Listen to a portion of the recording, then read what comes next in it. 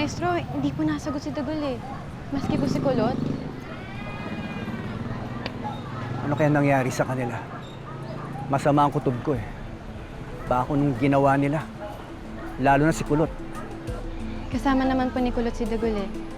Alam ko pong hindi papayag si Dagol na may mangyaring masama kay Kulot. Siya kasi Dagol din po yung lalakong tao na napaka-mabuti at pure yung puso. Kaya if ever na may gagawing masama si Kulot, alam kong hindi papayag si Dagol basta magkasama sila. Sana nga. Kaya mabuti pa eh. Pagdasal natin sila. Kung nasa man yung dalawang ngayon, sana hindi sila mapahamak. Opo.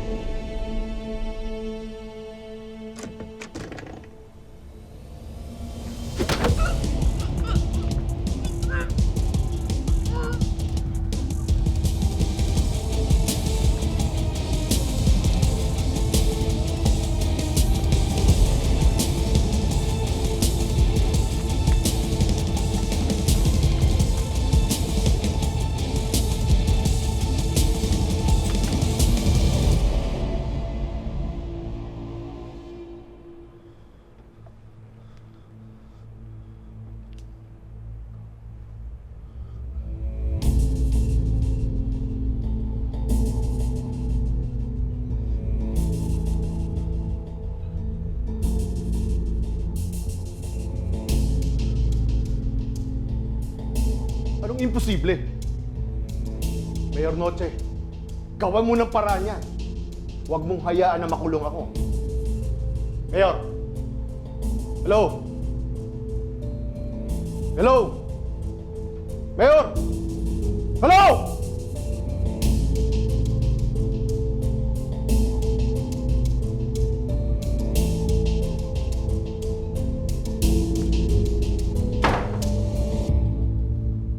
Sino yan?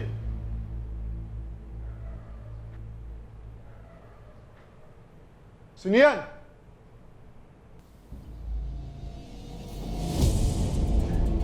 Kilala mo naman ako, di ba?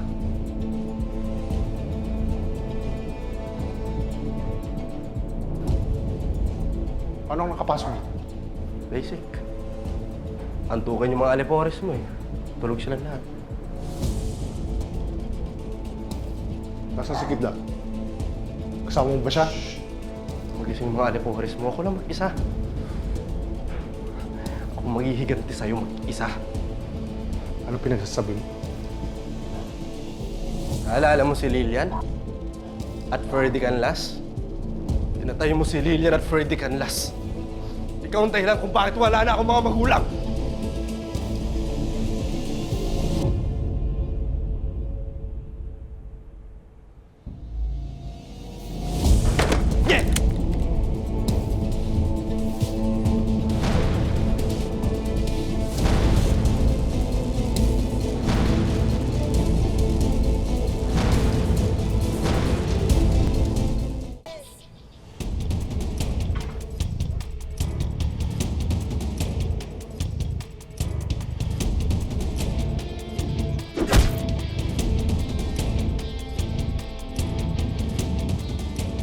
Kulot, bilisan mo na, lumabas ka na dyan.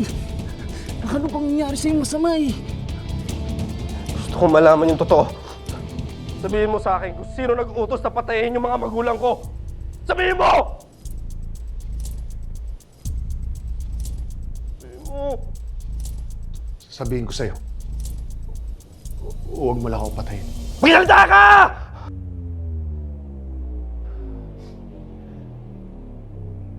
May naungkat ang pamilya mo, ang magulang mo, sa proyekto sa Riles. Delikado po sa mga taga-Riles kung ililipat po natin sila doon. May nakita po kaming toxic waste na nakabaon. Hindi po tayo pwedeng magpatira ng mga tao doon. Gusto nila itong isiwalat sa publiko. Kaya kailangan silang patayin. Sino nag-utos na patayin sila? Sagot!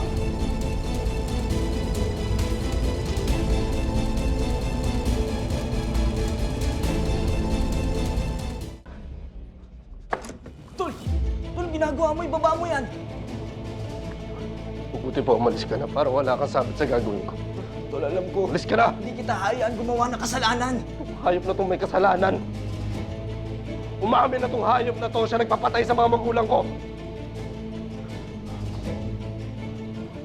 Tatay ni Kid, nadamay. Ganto na lang, ganto na lang. Kunin mo yung cellphone ko. Tatawag na akong pulis para makulong na tong rental na to. Tawag na ako ng pulis. Kunin mo na yung cellphone ko, Tol. Sige. Susuko na ako kung yan ang gusto mo. Ano ako, Hilo? Ha? Papauto ako sa'yo? Alam ko kung sumuko ka, matatakasan mo rin yung kaso mo. Ha? Kasi wala kaming laban na ebidensya sa'yo. Sabihin ko yung totoo. Katulad ng ginawa ko pag... Sinungaling! Tal mo bulok! Ha? Sinabi mo isusuko mo si Matos. Ha? Ano si Matos? Naulila ako. Nasira ang buhay ko dahil sa'yo! Mga magulang ko, gusto lang nilang gawin yung tama eh. Pero hindi nila deserve mamatay. Ikaw dapat mamatay! Tol, oo. Siya dapat maparusahan. Ano, Tol? Hindi sa kamay mo, Tol. Hindi sa kamay mo. Tol, nung buhay pa mamagulang mo, di ba? Gumawa sila ng tama. Mabuting puso ka. Mabuting tao kagaya nila. Sigurado ako, hindi nila gugustuhin na gumanti ka sa masamang paraan. Tol, alam mo yan, pagsisisihin mo talaga yan sa uli. Kasi alam ko, mahal na ka sa nanay at tatay mo. Tol, may mabuting puso ka. Parang ako mo na yung baba mo na yan.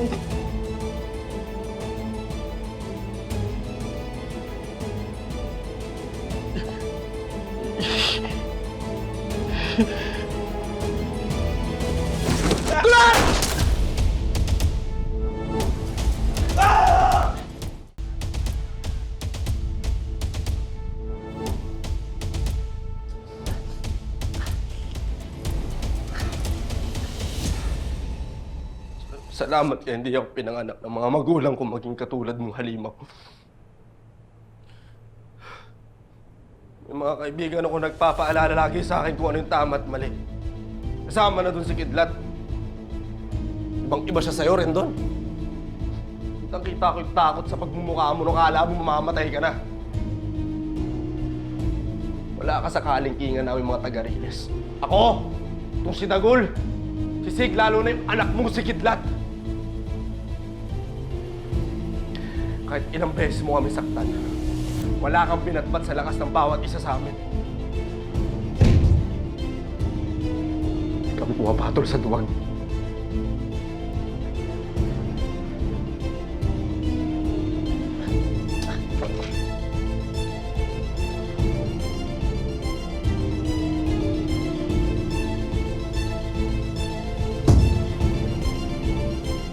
Bobo! Nalusutan kayo ng isang bata? Sige! Malis na kayo sa harapan ko! Mga inutil!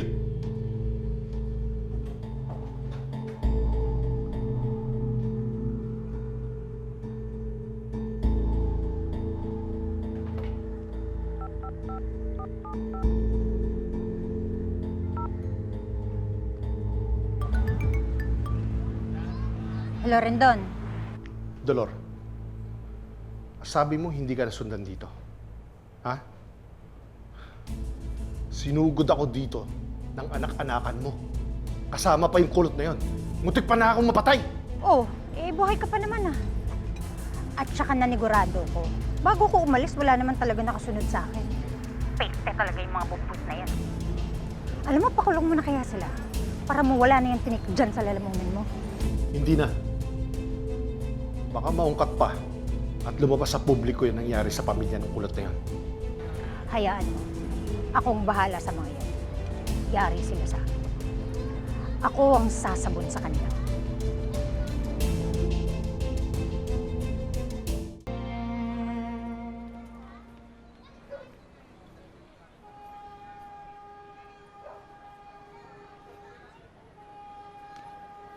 Maestro, buti nandito ho kayo. May i-report ho kami. Sandali. Parating na sila. Sino po sila? Mga tol! Well, ba't ganyan mga itsura nyo? Kulot. Dagul. Ano nangyari kay Rendon? Pumunta kayo kay Rendon? Ano kaya ba kayo hindi nakasunod kanina? Anong ginawa nyo? Akala kasi ni Kulot nandun si Matos eh. Kulot. Anong ginawa mo kay Rendon?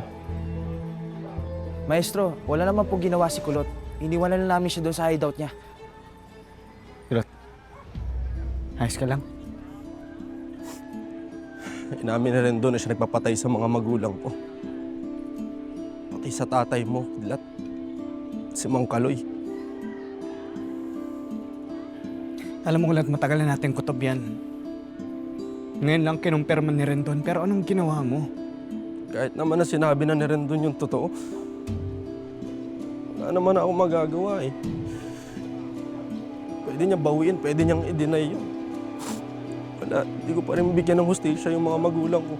Talunan pa rin yung pamilya ko dahil sa akin kasi wala akong kwentang anak. Mali ka, Kulot. Kasi napatunayan mo na hindi mo nakalimutan ang mabubuting asal tinuro sa'yo ng mga magulang mo. Pinigyan mo silang karangalan. Pinakita mo na isa kang mabuting tao. Natitiyak ko, nakatingin sila sa langit. Ang mga magulang mo. Pinagmamalaki ka. Lalo na ako, Kulot.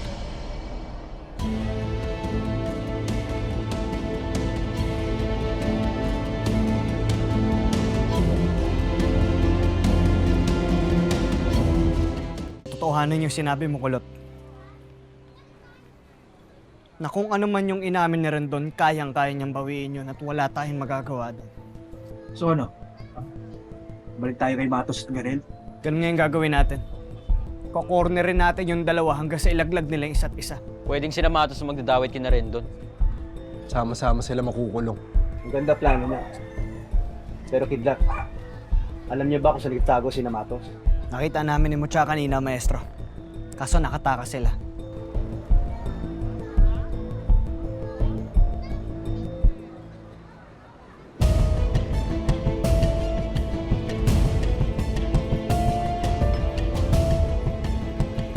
Kung hindi talaga sila umalis, nandito pa rin sila sa Sichiliwanag. Sigurado ako may pinaplano yan si Matos. Babalik yun. Tama si Dagud. Huling mo ah. Siyempre, nag-aaral na ako maging pulis eh. So maging sap katulad ni Mes. Kung ano man yung pinaplano nila, kailangan natin maging alert. Hindi sila pwede makalagpas sa atin. Kailangan natin tulong ng buong sityo. Madali lang yan. Tawagin natin yung Bantay Riles.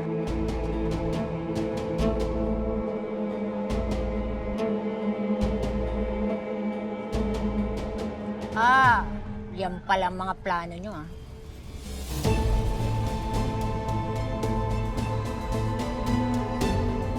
Mukhang nag-i-espiya na naman si Aling Dolor. Bayaan niyo na siya. Ano tayo mapapalasa ko? Alam ko hindi rin magbabago. Habang buhay na lang siya magpapautusan ng mga Victor. Pag-iiyan na lang natin pagbantay dito sa Riles.